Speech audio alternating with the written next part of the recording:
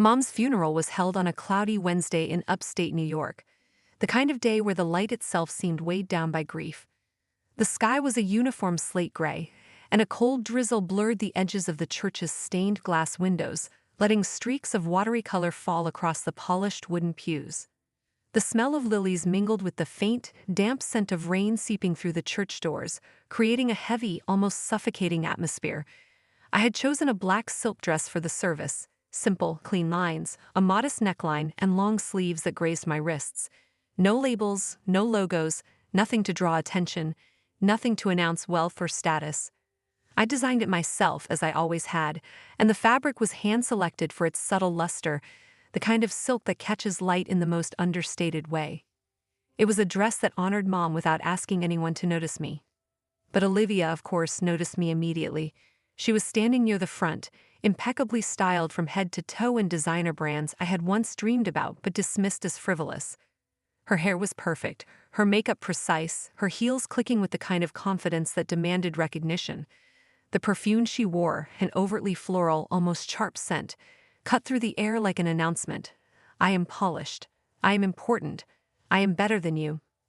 Every detail of her presence seemed calculated, and she thrived on it. I felt her eyes on me as I walked slowly toward the pews, my heels silent on the polished floor. That gaze wasn't just disapproving, it was predatory, the look of someone who had long believed she owned the right to judge me. Then it happened, the laugh. Not a quiet chuckle or a muted smile, but a full, sharp laugh that sliced through the hushed murmurs of the mourners around us. Cousins, aunts, and family friends all turned briefly, eyebrows raised, unsure whether to intervene or ignore the public display. "Wow," she said, her voice dripping with a mockery I had learned to recognize in childhood. Her lips curled, the perfect little sneer that had always made me feel small. "Couldn't even buy something decent for Mom's funeral? Megan, that dress looks cheap." Everything inside me clenched. I froze for the briefest second, my heartbeat hammering in my ears as I scanned the pews. My aunt shifted uneasily next to me, the subtle tension radiating outward like a silent plea for civility. The priest cleared his throat somewhere in the front, a sharp reminder that we were meant to be grieving, not performing, but Olivia's words had already struck like knives. I wanted to scream, to tell her off in front of everyone, to reduce her arrogant expression to ashes. But instead, I let my hands remain clasped in front of me, controlled, deliberate. I smiled, not the thin, polite smile one offers to strangers, but a calculated curve that hinted at calm and concealment, the kind of armor I had perfected over years of public humiliation. "It's not the dress that matters, Liv," I said softly, my voice level, deliberate, carrying just enough warmth to cloak the sharp edge of my restraint. She tilted her head, smirk widening, her eyes narrowing with the satisfaction of someone who believed herself untouchable. "Of course you'd say that. You've never understood taste." A ripple of quiet laughter ran through the nearby pews, low and nervous, but audible enough to prick at my patience. It wasn't the laughter itself that made me angriest. It was the implication, the ease with which she framed herself as morally, aesthetically, socially superior, while simultaneously erasing all the years I had silently endured her ridicule. The anger wasn't merely personal, it was righteous indignation at a lifetime of injustice, a long line of moments where my sacrifices were invisible and my creativity dismissed. Her words reverberated inside me, but what fueled the fire wasn't the insult to the silk or the audacity of calling it cheap. No, it was the underlying hypocrisy, her performance of filial devotion while Mom had been dying, her absence during the nights I spent at Mom's side in hospice, holding her hand, whispering comfort into ears that no longer recognized the world outside her hospital room. And now, standing in the cathedral, she claimed the moral high ground, flaunting a wealth and a perfection that were entirely superficial. I felt a coiling heat rise from my chest, pressing behind my ribcage, tightening my throat, sharpening every nerve until I was acutely aware of every sound, every glance, every suppressed judgment in the room. My jaw clenched until my teeth ached. The anger wasn't about being laughed at. It was the culmination of a lifetime of underestimation, of being dismissed, ignored, and minimized. It was about the audacity of someone who thought the world revolved around her sense of entitlement while the truth of my worth remained invisible to her, and to everyone else, at least for the moment. I straightened my posture, inhaling the faintly musty air mixed with rain and flowers, and held my gaze forward. The dress did its job.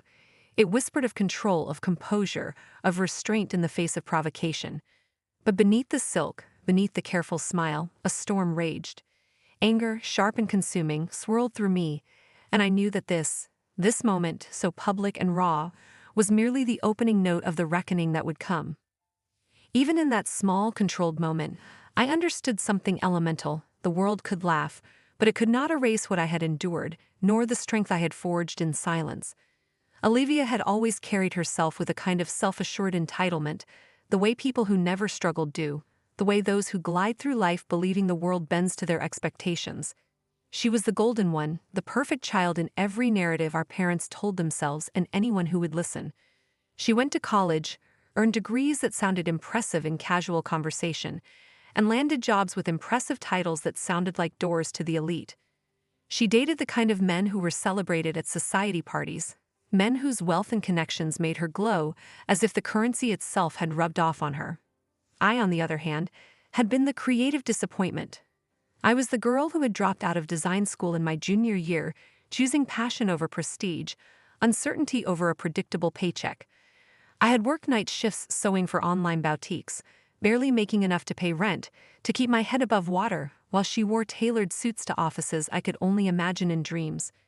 When Mom became sick, when her illness spread quietly but relentlessly through her body, it was me who bore the weight of action.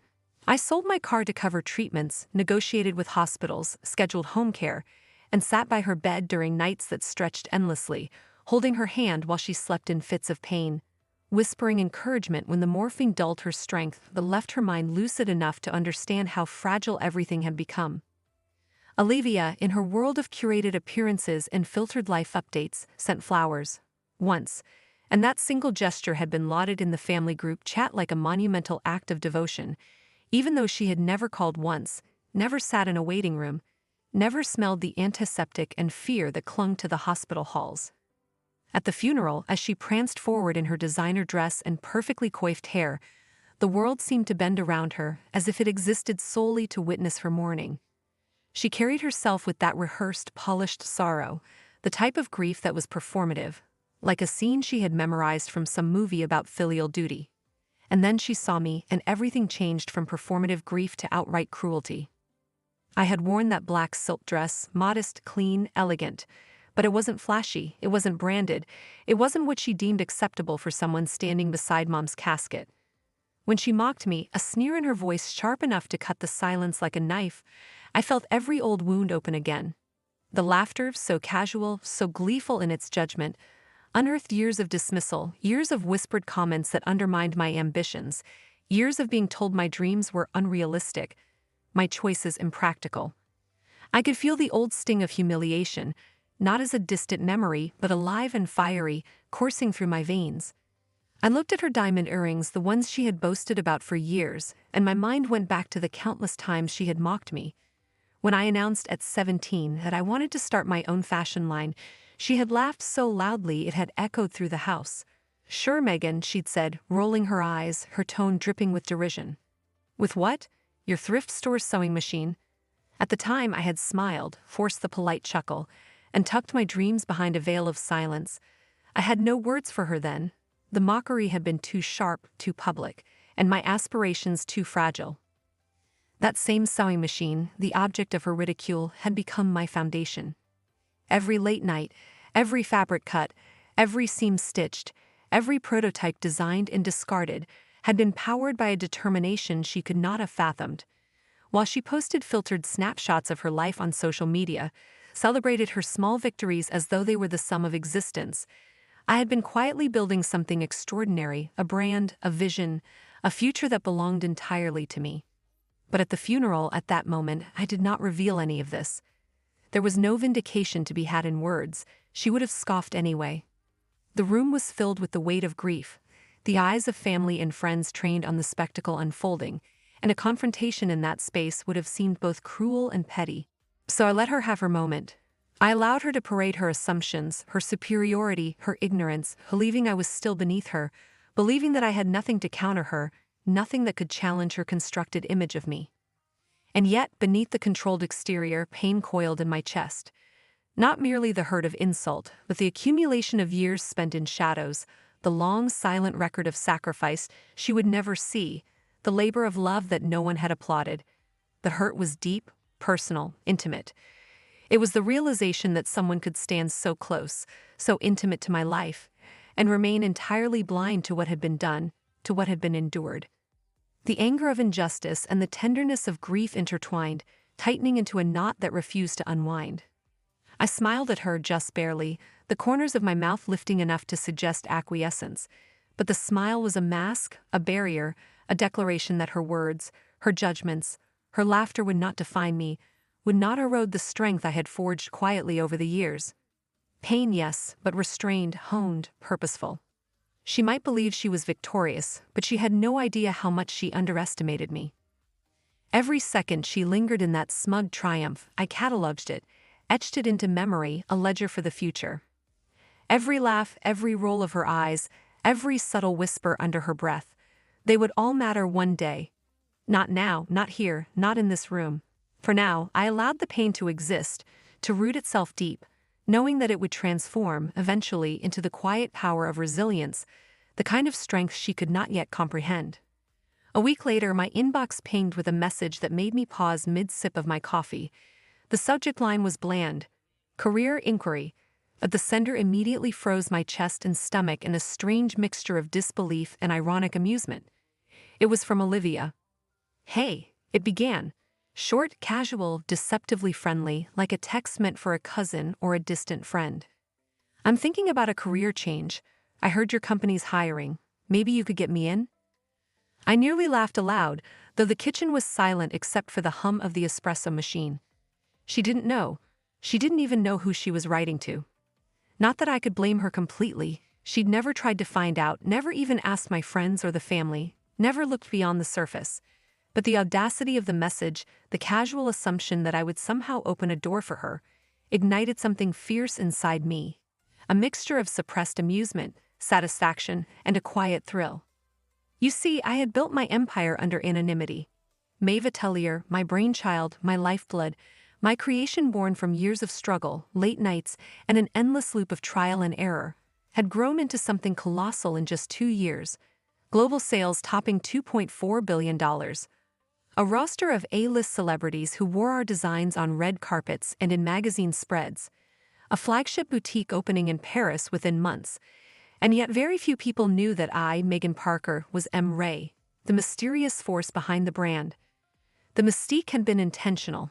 Artistry thrives in anonymity, and in that space, I had built not just a company, but a legacy. Olivia, of course, had no clue. She had never asked, never guessed, never paid attention to the small ways I had hinted at my work over the years.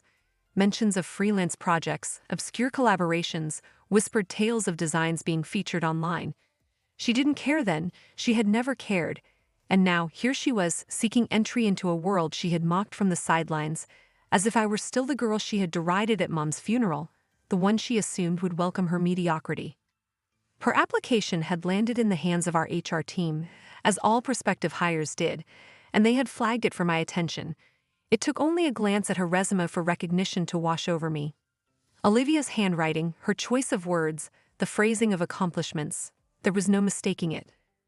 I read each line with quiet amusement, the inflated luxury retail experience at boutiques that had barely survived their first year, the extracurricular notes she inserted to sound impressive, and the cover letter that began with, "I've always admired M. Ray's timeless style." I nearly choked on my coffee. "Admired my style," she said, not even realizing she was writing to the very person whose vision had shaped every stitch she claimed to revere. She was applying for the position of a junior assistant designer, $18 an hour, utterly unaware that the person reading her words commanded the fate of every employee in the company, including her. I set the email aside for a moment and allowed myself a private smile. There was something deeply satisfying in the irony of it. The same woman who had publicly mocked me at Mom's funeral, laughing at the cheap silk I had worn, was now writing to me for help in a professional world she had long dismissed. She assumed she was asking a favor from a small-time designer, unaware that the empire she sought to enter was built on the very foundation she had once ridiculed. But I didn't respond. Not immediately. Not at all, in fact. I forwarded the application to the internal HR portal, keeping my signature and approval discreet. I would approve her hire, yes, quietly, like a shadow pulling strings behind the curtain. There would be no fanfare, no sudden revelation, no moment for her to feel empowered. If she ever discovered the truth, it would be later, and by then, I would have all the control. For now, the power rested entirely with me. There was a calm satisfaction in that thought, a delicate pleasure that came not from vengeance, but from the quiet assertion of competence and authority. I could give her a place in the company, true, but I would do so on my terms, in my own time, when she least expected it. She would enter a world she had previously dismissed, and she would have to prove herself against the very person she had once tried to belittle. I imagined her reading the email, oblivious to the layers of irony, thinking she had found a lifeline. Meanwhile, I savored the knowledge that every decision I made, every approval I granted, was a carefully calibrated step. The laughter she had once directed at me, the judgment she had so casually wielded, now hung in the air behind her without context. She had no idea that the quiet, modest, undervalued sister she had dismissed had become the architect of an international fashion empire, commanding millions, shaping trends, and deciding the fates of those who sought entry into the world of design. I leaned back in my chair, the sunlight filtering through the blinds onto the mahogany desk, and allowed a brief, private moment of hope to settle over me. Hope not for her recognition, but for the future that I had carved for myself, a world built entirely from my vision, my dedication, and my resilience. And in that hope, there was a subtle, sweet irony. The very person who had mocked my journey now needed me to open the door she had once insisted I could never pass through. The morning light spilled across the Manhattan skyline, slicing through the floor-to-ceiling windows of Maeve Atelier's headquarters, and Olivia strode into the office with the sort of posture that screamed confidence. Chin high, shoulders back, the faint scent of a designer perfume trailing her like a halo of assumed authority. I could see the effort she made to appear significant, to command attention with her walk, but the office was no stranger to self-importance. It had encountered far more convincing displays than hers. Still, I allowed a private smirk to tug at my lips. I remained behind the glass wall of the conference room, observing the scene like a strategist surveying a battlefield. The black silk dress I wore, the same one she had mocked so publicly at Mom's funeral, hugged my frame perfectly. The fabric caught the morning light, flowing in elegant lines, understated yet impeccable, a quiet statement that spoke louder than any words could. Her gaze fell on me almost instantly, and I watched the color drain from her face as recognition, disbelief, and an incoherent mix of emotions registered in succession. "Megan?" She stammered, the syllables awkward and brittle, as if the very sound of my name had fractured her composure. "What are you doing here?" I stepped fully into the room, the heels of my shoes clicking softly against the polished hardwood floor, and smiled, deliberately calm, deliberately unhurried.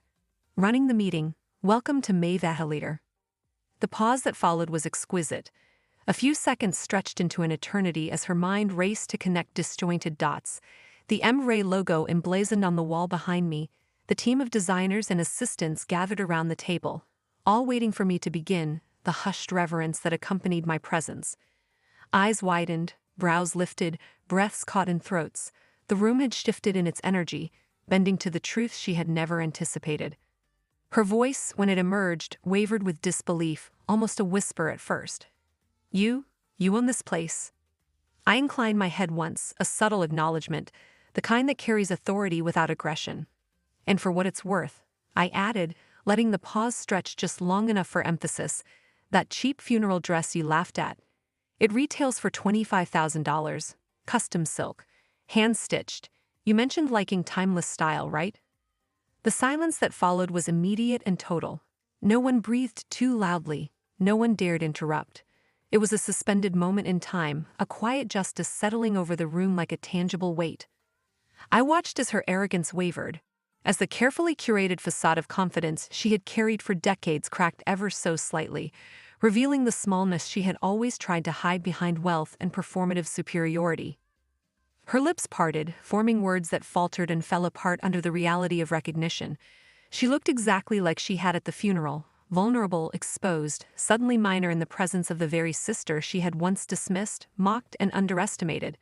There was no need for grand proclamations, no need for vindictive speeches. The balance had shifted with a quiet, undeniable clarity. I could see the calculations running through her mind, how her resume had landed here, how her professional aspirations had led her into the lair of the person she had assumed could never rival her, how the girl she had ridiculed was now the arbiter of her career trajectory. Her chest heaved subtly, a physical reaction to a moment of truth she had neither expected nor prepared for. I didn't humiliate her further. That wasn't necessary. Power doesn't need to scream, it simply exists, and it commands acknowledgement. I opened my laptop, the faint tap of keys breaking the silence as I began the morning meeting. The team immediately focused on me, following the rhythm of my voice, the flow of my directives, the subtle authority I wielded effortlessly. Olivia lingered near the entrance, a statue of disbelief, caught between the ambition that had brought her here and the realization that the rules of engagement had shifted entirely without warning. I allowed my mind a quiet indulgence, savoring the satisfaction that came from years of unacknowledged effort finally recognized in the most immediate, unarguable way. The room, the team, the company, all of it stood as evidence of the life I had carved from persistence, talent, and quiet ambition.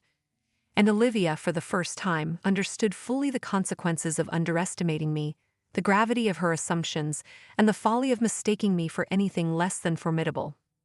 As the meeting continued, her eyes occasionally flicked to me, unsure where to rest her gaze, hesitant to meet the steady composure that had been cultivated over years of unseen labor. I allowed a brief, controlled smile to touch my lips when she met it inadvertently. That single, unspoken acknowledgement, this room, this empire, this authority, was the culmination of every dismissal I had endured. The justice I had waited for, the affirmation I had quietly yearned for, now existed not as words, but as presence, influence, and command. No applause was necessary, no spectacle. The quiet, potent shift in perception, her understanding of my power and my worth, was more than enough. Olivia's resignation arrived like a soft exhale, the quiet aftermath of a storm that had blown through both our lives in ways neither of us could have predicted. I read her message slowly, savoring the brevity and the humility in her words. "I'm sorry. I had no idea what you'd become. Mom would have been proud." For the first time in years, I didn't feel the usual surge of anger, the instinctive tightness in my chest, the need to correct, justify, or remind.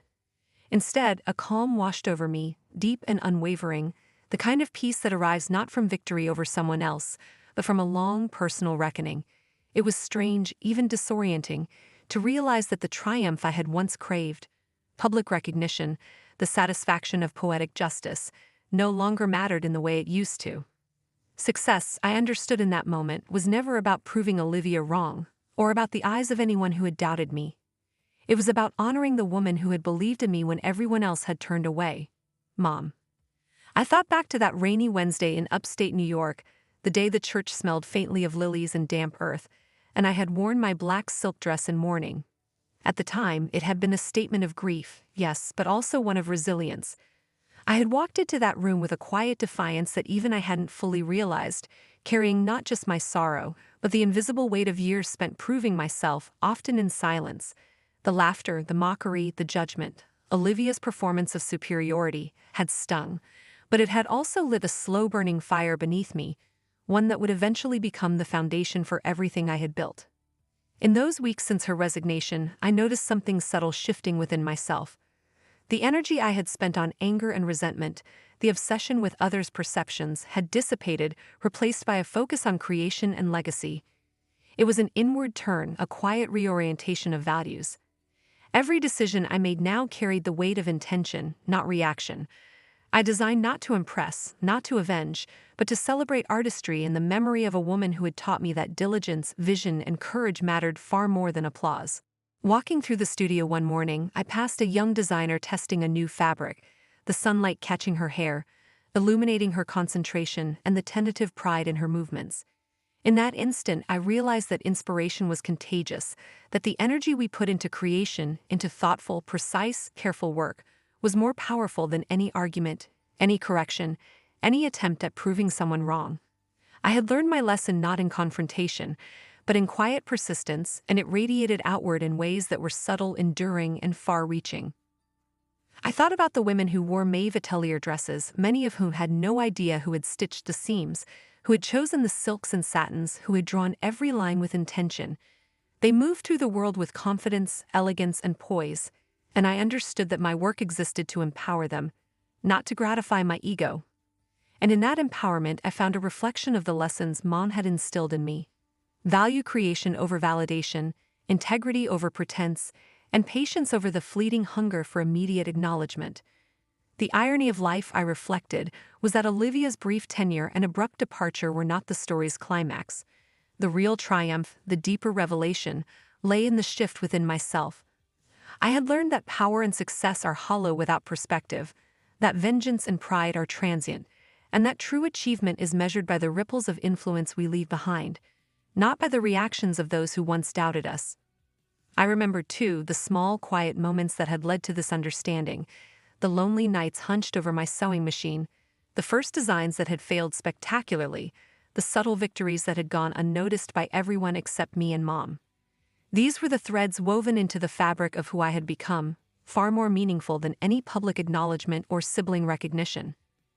Now, when I pass a woman walking down the street in one of my creations, I feel a private thrill that no external validation could ever match. I think of that rainy Wednesday of the lilies and the scent of damp earth, and I whisper to myself, sometimes the world laughs at your cheap dress, until it realizes you designed the empire behind it. And in that whisper, in that small private acknowledgement, there is both closure and illumination. The need for anyone's approval has dissolved.